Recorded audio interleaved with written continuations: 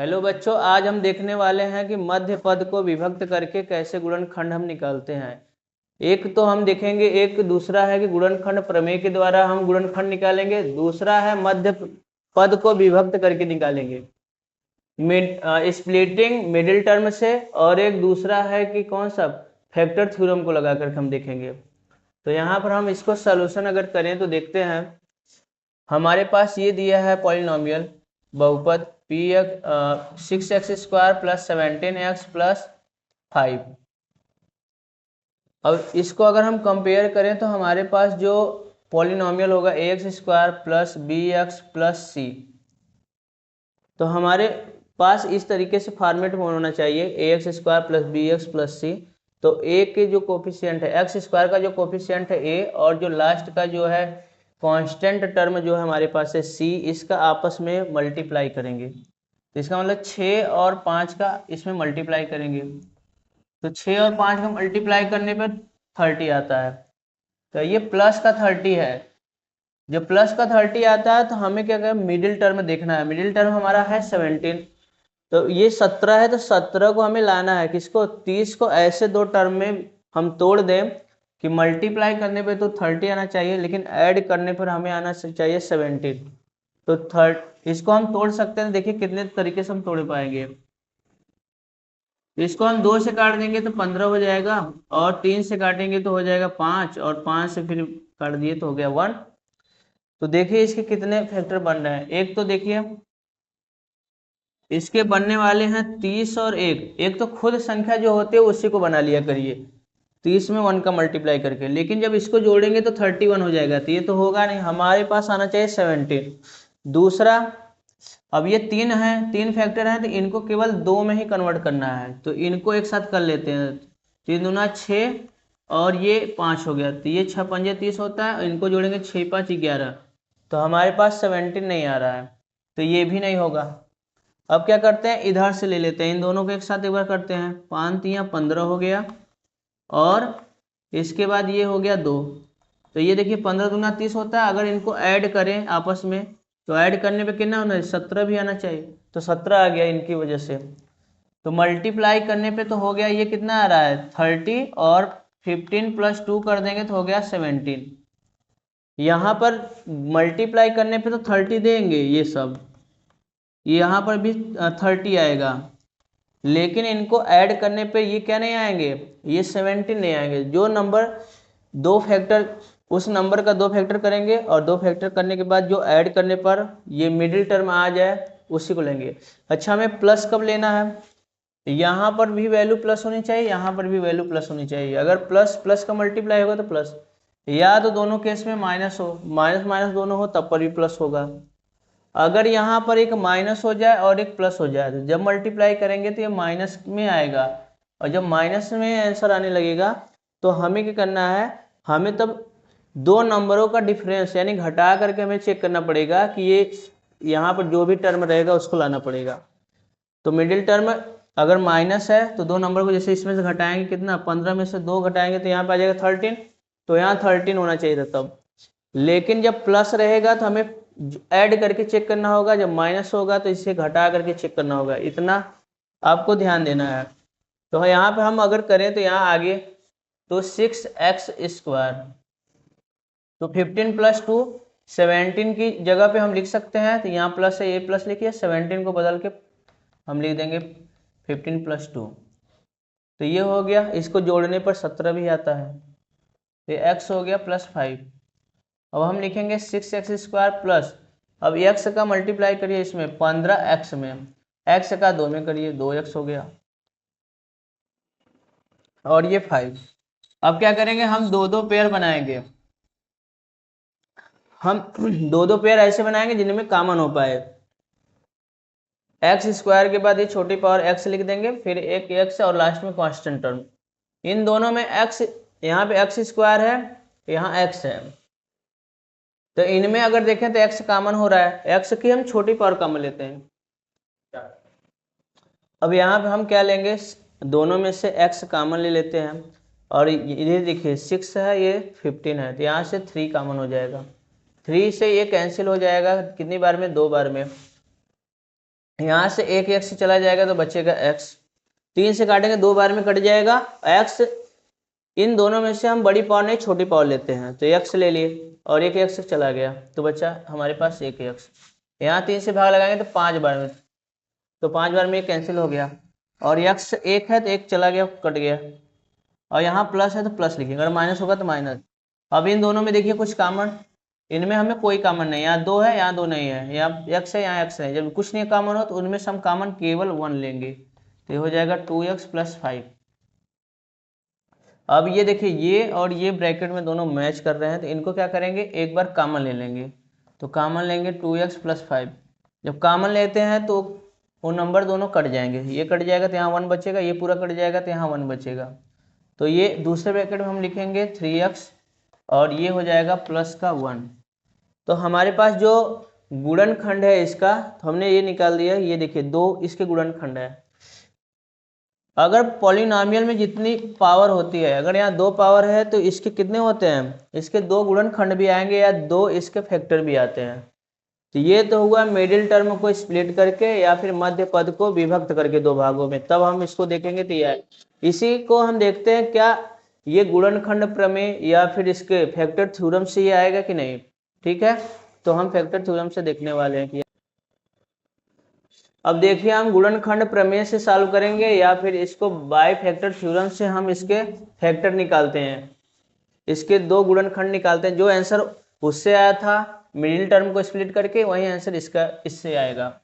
अब हम क्या करेंगे, जब भी हमें इस तरीके से 6x² + 17x + 5 हमारे पास पॉलिनॉमियल हो तो हमें क्या करेंगे x² का कोफिशिएंट हमें 1 बनाना होगा, तो 1 बनाने के लिए 6 हटाना पड़ेगा, कॉमन लेना पड़ेगा, तो हमें क्या करना है इसको कॉमन ले लेंगे, तो कॉमन लेंगे तो x² प्लस हो जाएगा, यहाँ देखिए 17/6 हो जाएगा, यहाँ हो जाएगा 5/6, क्योंकि 6 का सब में डिवाइड हो जाएगा, जब यहाँ 6 से 6 डिवाइड होगा तो 1 आ जाएगा, तो यहाँ 1 लिखेंगे नहीं, तो यहाँ पे 17/6 हो जाएगा और यहाँ पे हो जाएगा x + 5/6 हो जाएगा। अब क्या करेंगे इस जो लास्ट वाला जो c है हमारे पास इसको ये, तो इसका हम क्या करेंगे इसका फैक्टर करेंगे, तो हम 5/6 इस तरीके से लिखेंगे, इसका जब फैक्टर करेंगे तो ये देखिए 5 हो गया और इसको हम करेंगे तो 5 × 1 हो गया, और इसका करेंगे तो कितना हो जाएगा 2 × 3 कर देंगे, तो 2 × 3 हो गया और × 1 हो गया। अब क्या होगा हम क्या करेंगे एक बार 1 को लेंगे, 1 का 1 में डिवाइड करेंगे, तो 1 का 1 में डिवाइड करेंगे तो आएगा 1 आएगा, तो एक बार हमें +-1 लेना है, और दूसरी बार देखिए 1 से ले लिए 1/2, एक 1/3 लेंगे, 1 से ले लीजिए 1 से 1/2, तो 1/2 को लेंगे तो एक +-1/2 लेना है, एक 1 से 3 लेना है, 1 से 3 लेंगे तो +-1/3 ले लीजिए, ऐसे ही 5 से लेंगे 5/2 लेंगे, तो +-5/2 एक बार चेक करेंगे, ऐसे ही 5/3, तो 5/3 को करेंगे तो इसको +-5/3, ये किसके स्थान पे रखना है हमें, ये x के स्थान पे रखना है, और ये चेक करना पड़ेगा कि x के किस मान के लिए ये 0 आ रहा है, तो 0 जिस मान के लिए आएगा वही इसका क्या हो जाएगा उसका 0 हो जाएगा या फिर उसका शून्यक हो जाएगा। तो हम क्या करेंगे पहले इसको हम लिख लेते हैं अलग से, इसको मान लेते हैं px, तो हमारे पास px इसको अलग कर लेते हैं, ये इक्वेशन फर्स्ट इसको मान लेते हैं, और यहाँ देखिए x² + 17/6x + 5/6। अब जैसे कि हम यहाँ पर एक बार x की वैल्यू लेट कर लेंगे, x बराबर हम जैसे कि मान लेते हैं कि +1 ले लिए, तो +1 लिखे या नहीं, प्लस लिखे या नहीं लिखे, केवल 1 भी लिख देते हैं, तो लेट करेंगे, ये क्या है ये 0 है, या फिर इसको हम शून्यक बोलेंगे कि x का शून्यक, क्योंकि अगर ये इसको 0 कर देगा तो इसका शून्यक होगा या 0 होगा, अगर नहीं कर पाएगा इस पॉलिनॉमियल को तो नहीं होगा, जो करेगा वही लेंगे। तो यहाँ पर हम अगर रखें तो हो जाएगा p1, यहाँ पे 1 होगा, 1 का स्क्वायर + 17/6, यहाँ पे 1 हो जाएगा और +5/6। अगर हम देखें तो 1 का स्क्वायर है, 17/6 है, 5/6 है, इन सबको अगर सॉल्व करेंगे भी ना तो हमारे पास 0 नहीं आएगा, तो इससे ये पता चला कि इससे तो 0 नहीं आने वाला है। अब क्या करेंगे, अब हम दूसरा x की वैल्यू लेट करेंगे -1। x बराबर यहाँ पे प्लस माइनस, तो यहाँ माइनस अगर रखेंगे तो देखिए -1 का स्क्वायर और यहाँ हो जाएगा +17/6, यहाँ -1 हो जाएगा और ये हो जाएगा 5/6। यहाँ पर देखिए प्लस का 1 आएगा और ये करेंगे तो -17/6 आएगा और 5/6 हो जाएगा। अब इसको भी जब हम सॉल्व करेंगे तो क्या होगा, 0 नहीं आने वाला है, तो 0 इससे भी नहीं आएगा, जो हमें 0 देगा केवल उसी को लेना है। तो x बराबर -1 से भी नहीं हुआ। अब क्या करने वाले हैं, x बराबर ऐसे ही हम चेक करेंगे किससे, x बराबर 1/2 प्लस का, प्लस का रखेंगे तो कभी 0 आएगा ही नहीं क्योंकि सब प्लस हैं। अगर माइनस का रखें, यहाँ माइनस का रखेंगे तो -1/2 भी रखने पर 0 नहीं आएगा। तो हम ऐसे करते हैं, अब x बराबर क्या लेते हैं, x बराबर लेते हैं ये 1/3। तो x बराबर जब 1/3 लेंगे तो यहाँ पर हम -1/3 ले लेते हैं। तो इसको हम रखते हैं x बराबर -1/3, जब इसमें पुट करते हैं तो देखिए क्या आता है, -1/3, तो यहाँ हो जाएगा आपके पास, यहाँ आएगा माइनस का 1/3 का स्क्वायर प्लस 17/6 -1/3 प्लस 5/6, 1 का स्क्वायर ये हो जाएगा 3 3 जा 9 प्लस 17/3 का 18 और प्लस हो जाएगा 5/6। ठीक है, एलसीएम ले लेते हैं, ये हो जाएगा 18, 9 दूना 18, 2 आ जाएगा 18, यहाँ 17 आएगा और 6 3 18, तो यहाँ 5 15 आ जाएगा। 15 देखिए प्लस प्लस ये ऐड हो जाएगा, 15 2 17 -17/18, तो ये क्या होगा, 0 आ जाएगा। तो इससे 0 आ गया, तो हम यहाँ पर अतः ये क्या होगा, हम यहाँ पर एक फैक्टर पा गए, किससे एक फैक्टर बन जाएगा, तो इससे क्या है, अतः एक गुणनखंड हमें यहाँ मिल गया, एक गुणनखंड या एक फैक्टर हमें प्राप्त होता है। एक गुणनखंड क्या होगा, ये माइनस में है तो इसको इधर लाएंगे तो हो जाएगा प्लस, तो 1 हो गया कितना, हमारे पास हो गया x प्लस 1/3 हो गया, तो 1/3, और इसको जो हम वो ले लेंगे इसका एलसीएम लेकर के, तो क्या हो जाएगा, ये 3x प्लस 1 चलिए ये हमारे पास हो गया। अब इसके बाद हम क्या करेंगे, एक और दूसरा निकालेंगे, दूसरा चेक करते हैं 5/3 5/2 को, तो हमारे पास ये हो गया x प्लस 1/3, इतना छोड़ दिए। अभी हम क्या करेंगे, जब इसमें रखेंगे तो उसको सही से निकाल लेंगे और सॉल्व कर देंगे, तो उसका गुणनखंड हम बताएंगे कैसे यहाँ पे होगा समीकरण 1 से।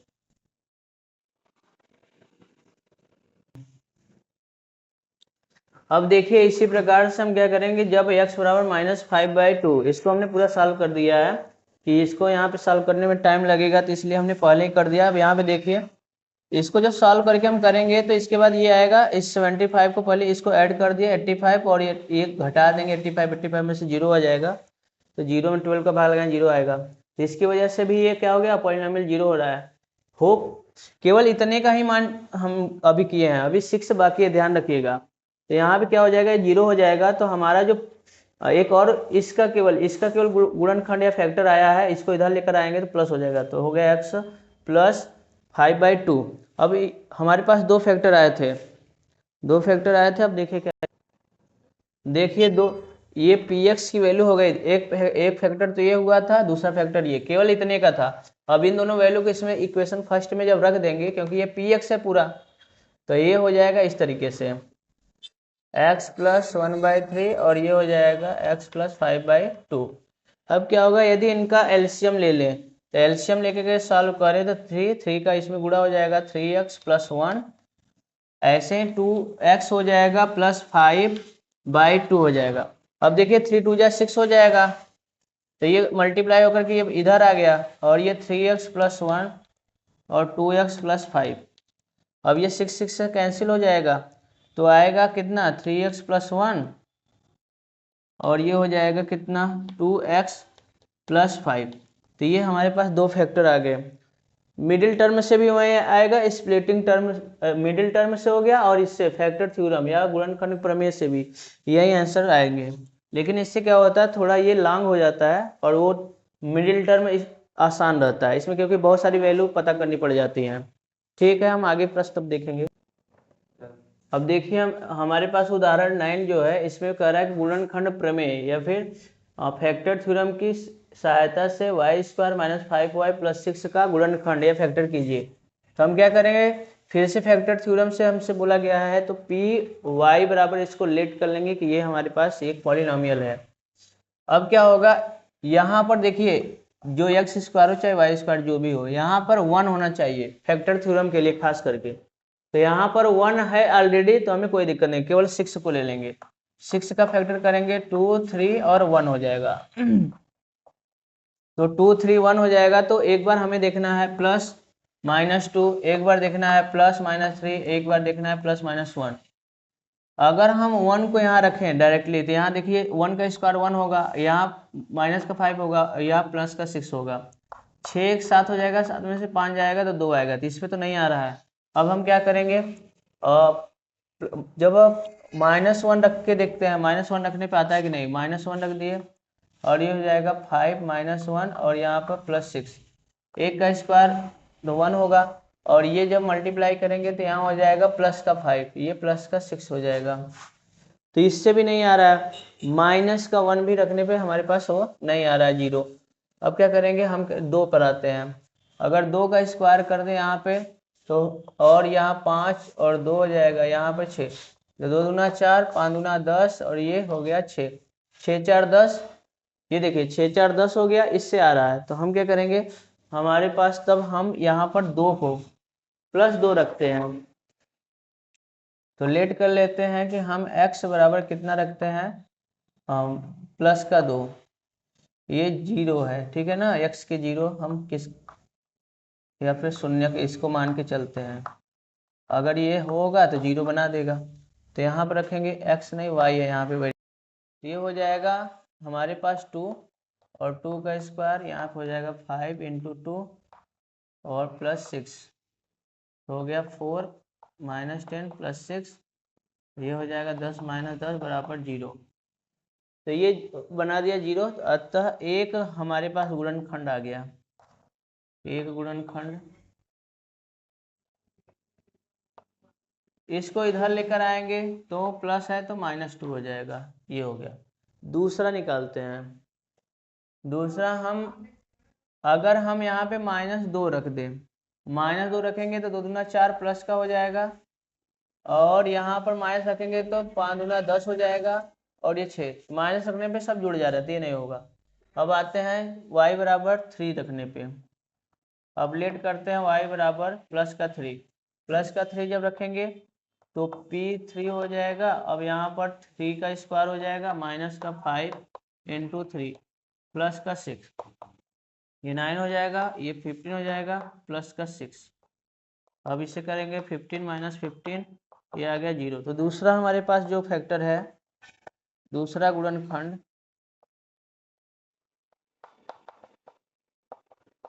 हमारे पास आ जाएगा, ये 3 रखने पाया था, 3 को इधर ले जाएंगे तो y - 3 हो गया। तो अतः नीचे से हम लिख देंगे कि इसका जो गुणनखंड है y स्क्वायर माइनस का 5y प्लस 6 का गुणनखंड या फैक्टर क्या होगा। एक है हमारे पास कितना, ये है y - का 2 और दूसरा हो जाएगा y - का 3, ये आंसर हो गया। इस तरीके से हम करेंगे।